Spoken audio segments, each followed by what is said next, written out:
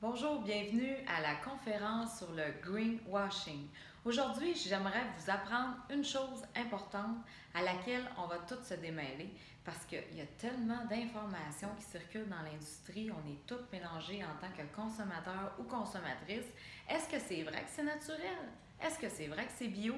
Puis comment on fait pour savoir si ce l'est ou pas? Donc, voilà ma mission aujourd'hui. J'espère que vous allez apprendre plein de petits trucs qui vont vous servir dans toute la vie de tous les jours.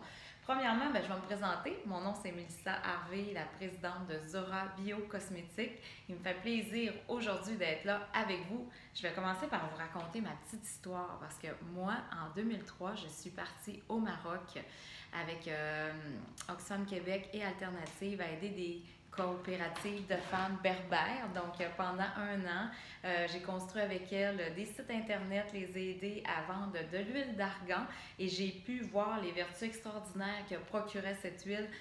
Pas non seulement aussi sur les bénéfices qu'elle procure à la peau, mais les bénéfices qu'elle procure en tant que revenus pour ces femmes-là. Donc, ça a permis à plus de 2500 femmes d'être autonomes, responsables et de pouvoir survivre aux besoins de sa famille. Donc, ça m'a vraiment touchée. Puis c'est à ce moment-là que je me suis dit, wow, on va faire de quoi avec cette huile extraordinaire-là, parce qu'en 2003, elle n'était pas connue ici au Québec. Donc, on a commencé à faire de l'importation et on l'a transformée pour que ça devienne une mission d'entreprise, à savoir, en 2003, ça n'existait pas, le créneau haut de gamme. Donc, nous, chez Zora, on s'est dit, on va faire des crèmes haut de gamme avec une performance extraordinaire, mais en protégeant la santé des gens et en protégeant l'environnement. Donc, tous nos ingrédients sont certifiés EcoCert. Donc, voici ma petite, en résumé, là, mais je pourrais vous en parler pendant une demi-heure, mais on va y aller comme ça.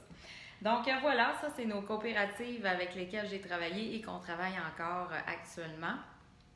Il y a un truc super intéressant dans l'industrie. Donc si moi, Zora Biocosmétiques, on dit qu'on est bio, il y a une certification qui vient vérifier 2 fois par année nos ingrédients. Donc ils viennent ici en laboratoire vérifier la balance de nos ingrédients, les factures, à savoir est-ce que ça concorde un et l'autre, est-ce qu'on exploite l'eau potable, est-ce qu'on prend soin de l'eau en laboratoire, est-ce qu'on utilise des détergents qui sont bons pour la santé des gens et bons pour l'environnement. Donc c'est vraiment un processus ultra laborieux à laquelle nous, on veut se soumettre parce que c'est pas nous qui disons qu'on est certifié bio, mais c'est un organisme qui vient vérifier, qui se nomme EcoCert. Et il y a aussi Cosmos que vous pouvez, qui est maintenant la nouvelle terme d'EcoCert. Donc les deux sont d'actualité. Donc c'est très tendance. Et c'est très difficile d'avoir ces certifications-là. Et c'est très difficile d'avoir des certifications EcoCert et d'être ultra performant en passant. Mais nous, on gagne des prix année à chaque année, donc on est très contents. Là, ça c'est le nerf de la guerre. Donc comment vous, le consommateur ou la consommatrice, quand vous êtes devant les murs des cosmétiques, vous pouvez savoir que le produit est bon pour vous ou pas? Je vais vous donner un petit truc de base très simple, puis ça va vous servir partout, que vous soyez au Japon, aux États-Unis, en Allemagne, au Canada, en France, au Maroc. C'est la règle des INCI. Ça veut dire International Nomenclature Cosmétique Ingrédients. Donc ça, c'est la loi internationale qui nous oblige, nous, les fabricants de cosmétiques, à mettre en ordre de volume tous les ingrédients qu'on met à l'intérieur des contenants de nos cosmétiques. Donc, les plus gros ingrédients en ordre d'importance jusqu'en petits ingrédients qu'on met à la fin, donc en pourcentage d'ingrédients. Donc ça. Une autre histoire aussi, c'est la barrière du 1%. Donc, si je vous vends, par exemple, une bouteille, je vais parler pour ma paroisse, d'huile d'argan. Donc, comment vous faites pour savoir qu'il y a vraiment de l'huile d'argan à l'intérieur de nos produits cosmétiques? C'est simple. Vous tournez le contenant. Vous ne vous fiez jamais au devant du contenant, s'il vous plaît. Tournez toujours. Regardez où sont vos INCI. Et à partir de là, on va commencer à lire nos ingrédients. Je vais vous montrer un petit truc, parce que quand on parle, des fois, c'est pas évident de suivre. Ça, c'est une autre formation qu'on donne, puis je vous invite fortement à la suivre la prochaine étape 2. Mais là, on va apprendre à lire nos ingrédients. Donc, si on lit les INCI de Zora Biocosmétiques, vous allez voir, il y a de l'eau et de l'huile d'argan en deuxième ingrédient. Sachez une chose, De façon générale, de 75 à 90 de vos cosmétiques, ce sont les 5 premiers ingrédients qui sont nommés en arrière du INCI ce que votre contenant est, c'est les 5 premiers ingrédients. Donc, nous, on a de l'eau, de l'huile d'argan, de l'huile de tournesol, de la glycérine, du cornestage, de la cire d'abeille, du beurre de cacao pour la crème, par exemple, Maeva. Si on regarde un autre compétiteur, ici, vous pouvez voir que de l'eau, de la paraffine, de la sérum cristalline paraffine, de la glycérine animale, etc. Donc, quand on lit les 5 premiers ingrédients d'une crème, sachez d'une façon générale que c'est ça votre cosmétique. C'est les 5 premiers ingrédients. Donc, la barrière du 1 %, c'est le parfum. On ne peut pas mettre plus que 1 % de parfum ou d'huile essentielle dans un cosmétique parce que sinon le produit se déphase ou c'est très sensible pour la peau, on risque de faire des réactions. Donc, de façon générale, vous pouvez toujours vous fier aux 5 premiers ingrédients et vous vérifiez allez où votre parfum dans la règle des INCI. Et en bas de ça, c'est tous des ingrédients qui sont à moins de 1 % à l'intérieur de votre peau de cosmétique. Donc, c'est-tu le fun, ça? Si vous achetez un shampoing, tournez votre shampoing, lisez les ingrédients.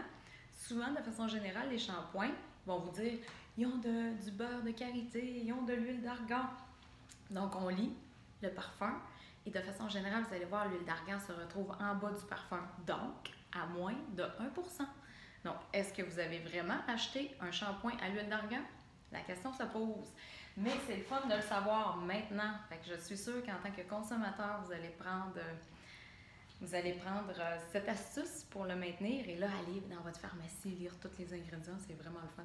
Un autre truc qui est le fun aussi à savoir, c'est de façon générale, quand c'est écrit en anglais, c'est de synthèse. Et quand c'est écrit en latin, c'est végétal. Un autre petit truc à savoir. Donc, c'est toutes des informations comme ça qui sont pertinentes dans l'industrie pour que nous, en tant que consommateurs ou consommatrices, on puisse lire non pas le devant d'un produit cosmétique, mais le derrière, en sachant lire nos ingrédients INCI. Si jamais vous voulez de plus amples informations, il me fera plaisir de vous envoyer de la documentation parce qu'on aime beaucoup travailler avec la Fondation David Suzuki, avec les 12 ingrédients nocifs à ne pas conseiller. Et une dernière étape, là, je fais ça vite parce que j'ai 10 minutes.